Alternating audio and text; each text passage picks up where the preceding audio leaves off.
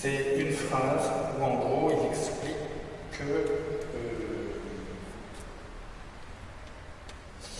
on ne peut pas penser la crise écologique si on ne la pense pas, et ça qui est intéressant, et par rapport aux pauvres, et par rapport au mugissement de la terre, si j'ai bonne mémoire.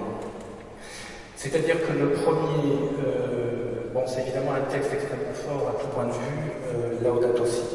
Et donc on pourrait choisir évidemment de point d'entrée autre que celui-là. Mais celui-là il est double.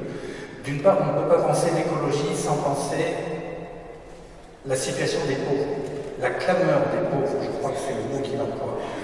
C'est-à-dire qu'il mêle, on sait qui est François, c'est le premier pape du Sud, il vient d'Algérie, de l'Argentine, je suis un peu fatigué en ce moment, c'est le 53. Ces situations provoquent le gémissement de Sœur Terre, il dit Sœur Terre. Sœur Terre, c'est le pape de l'Église catholique, qui se joignent au gémissement des abandonnés du monde, dans une clameur exigeant de nous une autre direction. Et donc, on ne peut pas appréhender la crise écologique si on n'appréhende pas la question des pauvres. Autrement dit, elles sont indissociables. Et on ne sait pas si on commence par l'écologie ou si on commence par les pauvres, parce qu'évidemment, pour un catholique, la question de la charité et de la pauvreté est absolument cruciale et vitale, est au cœur de notre foi, avec beaucoup d'autres éléments, mais c'est au cœur de notre foi, même si évidemment on la vit très imparfaitement, mais c'est indissociable de la question écologique. C'est et l'un et l'autre en même temps. Désolé d'employer ce terme d'un homme qui est très éloigné de tout ce dont nous parlons ce soir, mais c'est ça. Et par ailleurs, il va dire et la clameur de la terre, et le mugissement de la terre. D'ailleurs, il rappelle cette phrase, je crois, de saint Paul, qui est, là je ne me rappelle pas les titres, mais c'est une phrase que des théologiens plus avertis que moi ici se rappelleront, c'est quand saint Paul dit l'ensemble de la création aspire à la joie de Dieu, je ne me rappelle plus le terme. C'est-à-dire c'est pas seulement les humains, l'espèce humaine, les hommes et les femmes, les fils de Dieu qui sont appelés à l'apothéose, je ne sais pas, la joie de l'union avec Dieu, on va dire ça comme ça.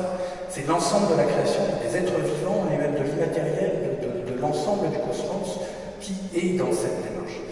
Et voilà pourquoi alors, elle répond doublement à la question que nous pose la CIDA, pourquoi est-ce que l'écologie est perçue comme un enjeu politique et spirituel.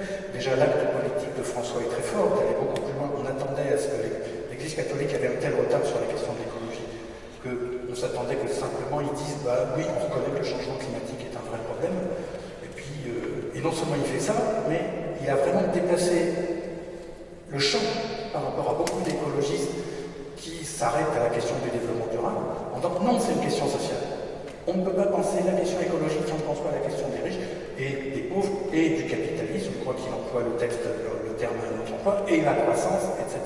Et puis par ailleurs, et là il y a une dimension vraiment spirituelle, que d'ailleurs on pourrait dissocier, c'est ça que je voulais dire, on peut parler de la politique et faire le lien de la crise écologique et de la crise politique.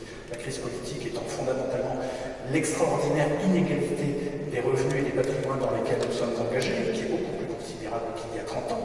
Donc là, le problème politique central de ce début du XXIe siècle, c'est la non-perception de la gravité de la crise écologique par le fait que nous sommes sous le joug, sous la tutelle d'une oligarchie qui accumule les biens au détriment de l'intérêt de tous et donc au détriment de la prise en compte de l'environnement. Mais par ailleurs, dit François, cette question doit aussi être abordée dans l'idée la terre, la création, le vivant fait l'ensemble des pauvres. Et de ce point de vue-là, il y a une démarche théologique qui est extrêmement forte parce qu'il rompt, plutôt il dépasse la césure, le clivage nature-culture qui est posé, comme vous le savez, on a cité Bruno Latour, Jean-Victor Évry, je crois que vous avez cité J'arrête bientôt, Bruno Latour, qui est un de ceux qui, avec Philippe Descola, nous a fait comprendre à quel point la question de l'opposition entre nature et culture, nature et humanité, était historiquement datée, culturellement datée, parce que c'est une notion occidentale.